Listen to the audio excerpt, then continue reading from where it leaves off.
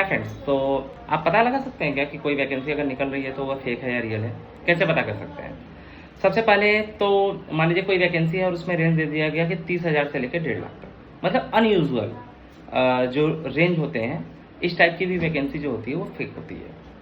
क्योंकि जो रेंज होते हैं वो जनरली 20-30,000 प्लस माइनस करके ही होते हैं कि 50,000 से 80,000 यह रेंज रियल है, 50,000 से 1.5 लाख यह रेंज अनरियल है।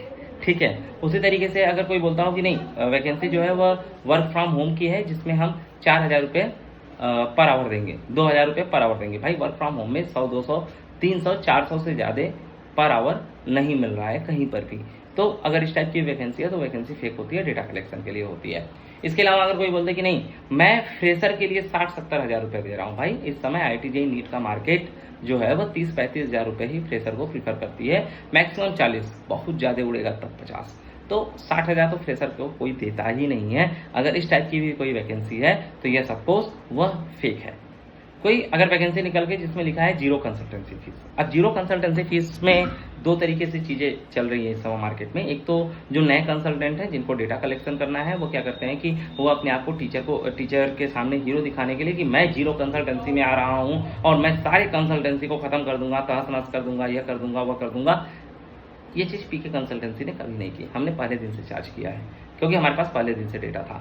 तो इस टाइप की जो वैकेंसी है वो फेक भी हो सकती है और हो सकता है कि कोई ऐसा टीचर है जो कि एज अ कंसल्टेंट अपने आप को मार्केट में लाना चाहता है। इसको पहचानने के लिए आप कैसे करेंगे? मान लीजिए अगर वह फेक वैकेंसी होगा तो वो बहुत ज़्यादा अपने आप को एडवर्टाइज नहीं कर रहा होगा, या एडवर्टाइज कर भी रहा होगा तो बहुत ज़्यादा भौकालीपन नहीं ला रहा होगा। लेकिन अगर वो डेटा कलेक्शन के लिए है तो वो अपने आप को हीरो दिखाने की कोशिश कर रहा होगा कि मैं कंसल्टेंट को नहीं मानता, इनको नहीं मानता, उनको नहीं मानता।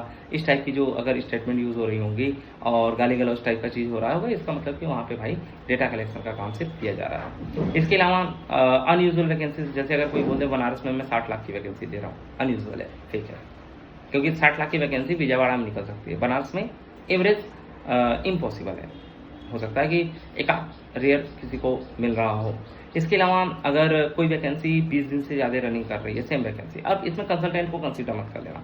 जैसे सपोज मैंने अगर वैकेंसी निकाली मुंबई की, तो मुंबई में मेरे से आज के डेट में टोटल 24 कोचिंग्स कनेक्टेड हैं, 24 कोचिंग्स। तो अब मैं क्या है कि मान लीजिए पहली वैकेंसी आ जाए, दूसरी कल आई, परसों आई या 1 महीने बाद आई, तो मेरी तो 9 महीने तक लगातार मुंबई की वैकेंसी रनिंग करती रहती है, क्योंकि मुंबई में मेरे कस्टमर बेस ज़्यादा हैं। कंसल्टेंट को छोड़ दीजिए, अगर कोई कोचिंग क्या है कि वह लगातार 1 महीने 1.5 महीने से एक ही वैकेंसी को रोटेट कर रहा है, तो ऐसे कंडीशन में वो वैकेंसी फेक है। इसके अलावा अगर कोई कोचिंग बहुत ज़्यादा इन्फोर्स कर रहा है ऑफलाइन प्रोसेस के लिए, तो क्या होता है कि एक सिस्टम और भी मार्केट में चल रहा है बेटा कि सॉरी मेरे टर्म से बेटा आता है क्योंकि मैं भी क्लास ले रहा हूँ, सॉरी डियर फ्रेंड्स। तो एक और भी सिस्टम चल रहा होता है कि मार्केट में ना अपने आप को भौकालीपन दिखाया जाता है। बहुत सारे अपने आप को सो कॉल्ड नेशनल ब्रांड जो कोचिंग है वो क्या कर रही हैं कि वो ऑफलाइन प्रोसेस दिखाती हैं, ड्रामा दिखाती हैं कि देखो मैं ऑफलाइन प्रोसेस में इतने सारे टीचरों की भीड़ को कलेक्ट कर सकती हूँ और वह सेलेक्ट उनमें से किसी को भी नहीं करती हैं। तो मैं आपसे रिक्वेस्ट करूँगा कि अनटिल अनलेस की बहुत ज़्यादा इमरजेंसी ना हो और बहुत ज़्यादा आपकी मजबूरी ना हो, ऑफलाइन जो प्रोसेस है उसको तो ना दें। जैसे मैं एक बहुत बड़े कोचिंग की बात करूँगा, आप लोग अगर गेस कर पाओ तो कमेंट करना। बनारस की बहुत बड़ी कोचिंग है, उसके आते ही भूचाल आ गया इस साल मार्केट में और उसने ऑफलाइन प्रोसेस कराया और ऑफलाइन प्रोसेस में रेयरली 1, 2, 3, 4 लोगों को सेलेक्ट किया था। ज़्यादातर लोगों को उसने दिल्ली से और बाकी जगह से, हम लोगों का भी उसमें रोल रहा है, वहाँ से हमने उसको सेलेक्ट करके कराया था। तो जो भी ऑफलाइन प्रोसेस किया उसका नील बटे सन्नाटा, ठीक है, तुम टाटा फीस और क्या। तो इस टाइप की भी जो वैकेंसीज होती हैं वो फेक होती है। इसके अलावा भाई कभी भी ना मैं केस स्टडी आपको बताता हूँ कि मैं एकदम शुरुआत में था 2021-22 की मैं घटना बता रहा हूँ आपको। वहाँ पे मेरे एक टीचर थे, धीरज यादव सर करके थे, वो केमिस्ट्री पढ़ाते थे, बहुत अच्छे केमिस्ट्री के टीचर हैं। अभी करंटली उनको मैंने आकाश में प्लेस किया हुआ है। तो धीरज सर को उस समय जस्ट नए नए धीरज सर आए हुए थे IIT से, आई थिंक IIT से, हाँ IIT से वो MSc हैं। सर आपका नाम ले रहा हूँ, कमेंट मत करना यार। तो उनको मैंने प्लेस किया था उस समय पे आई थिंक नासिक में वहाँ पे एक लोकल कोचिंग चल रहा था, SIP था, वहाँ पे प्लेस किया था 60,000 रुपये। नाउ उनके पास ऑफर आ गया 2 लाख रुपये का, 2 lakh from the I think Mumbai से 2 लाख रुपये का ऑफर आ गया। तो उनका मेरा IIT का डिग्री है, उससे तू ऐसा है, तू चोर है, तू फलाना है, तू ठिकाना है, तू वाहियात है, तू टीचरों का ग्रोथ नहीं चाहता, तेरी ऐसी तेरी वैसी, और करके वो मुंबई चले गए।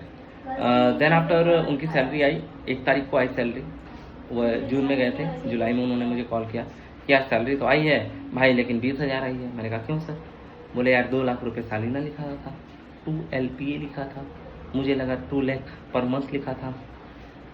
मेरा एक नेचर है, मुझे जब किसी से प्रॉफिट दिखता है तो मैं उनकी जो बहुत सारी भली बुरी बातें हैं ना, मैं उसको साइड में रखता हूँ। मैं बिजनेस में, तुम गाली देते रहो, मुझे कोई फ़र्क नहीं पड़ता है। तो ऐसे कंडीशन में मैंने वहीं से मैं एक केस हिस्ट्री बता रहा हूँ कि अनयूजुअल अगर आपको ग्रोथ मिल रहा है तो वहाँ पर भी वैकेंसी जो होती है वो फेक हो सकती है। ठीक है, ओके, थैंक यू।